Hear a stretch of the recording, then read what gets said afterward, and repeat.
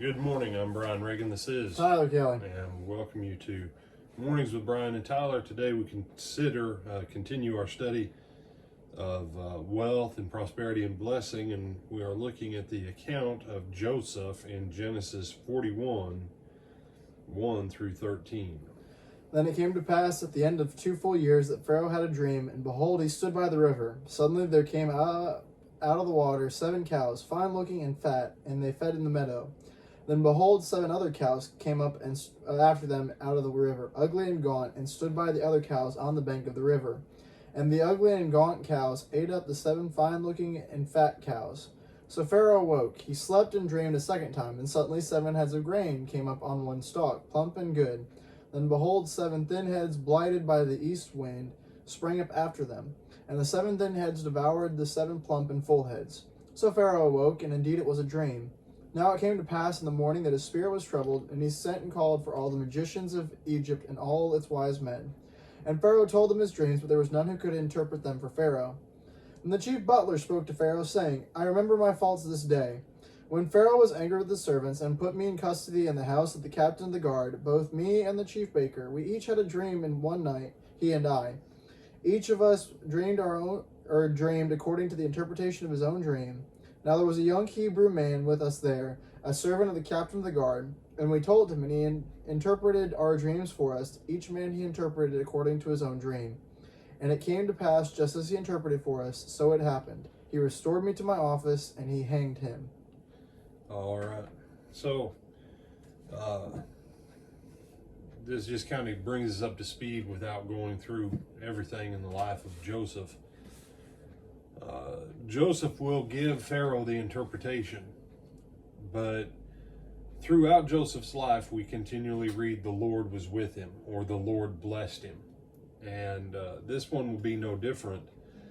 He will tell Pharaoh what his dream means, and Pharaoh will put him in charge of basically the whole country. He will function basically kind of like a Secretary of State. If you combine most of our cabinet offices into one, that's Joseph now.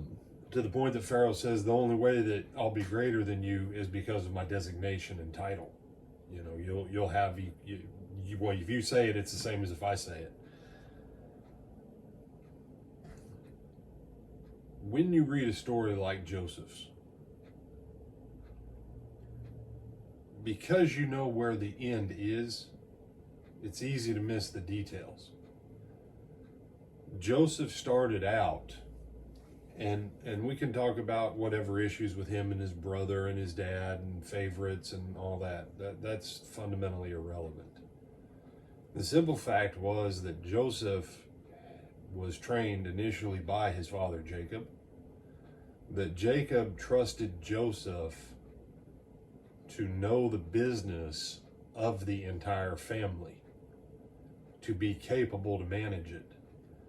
And everywhere that Joseph went, he applied those principles. Now, his brothers didn't like it. There were some questions of attitude and interaction, but that's not really germane to where this is going. When he goes to the house of Potiphar, the same skills that he had, that he used for his dad's benefit, he used for the benefit of his new master. When that went sideways, he used those same skills in the prison. Now he's going to use them, but look at the difference. A family business, a captain of Pharaoh's estate, which the economics were a little bit bigger there. Then he's running basically a prison and managing who knows how many people. And now he's in a position where he can manage an entire nation.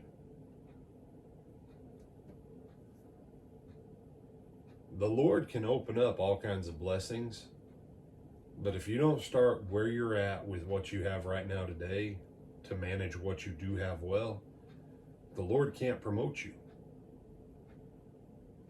You You have to be qualified to be blessed past a certain point. And there's a popular saying that, frankly, it's kind of wrong. God doesn't call the qualified, he qualifies the called. Right? Popular saying. That's false. That's false. Did God qualify Moses to lead Egypt? Mm-hmm. Sure. He put the opportunities in front of him because he put him in Pharaoh's house to learn how to lead a nation. Then the Lord let him learn for the next 40 years, after his first 40, how to lead a bunch of sheep, because it was going to take both of those. Here's the deal, though. Just like Joseph, what did Moses have to do? He had to be diligent throughout that process. So you can say God qualifies the called. No, he doesn't. God gives the called the opportunity to become qualified. If you don't do it, you'll never fully realize your potential in serving God. And the life of Joseph is a good case in that. And eventually the book will close out and Joseph will say, what? You intended to do me evil, but God intended to do me good. And I'm here now in charge of the most powerful and wealthy nation that there is, so that I can take care of you guys. You guys have missed everything that's been going on with everything God's been doing. And how did Joseph get there? He was consistent in the basic things that built a life that when the opportunity presented itself, he had put in the work to be able to step into that opportunity. Some people call that luck. I call it planning and consistency. Mm-hmm. Some other thoughts, my brother? No, sir. All right, with Adam Brian Reagan, this is Tyler Kelly. And we bid you good morning.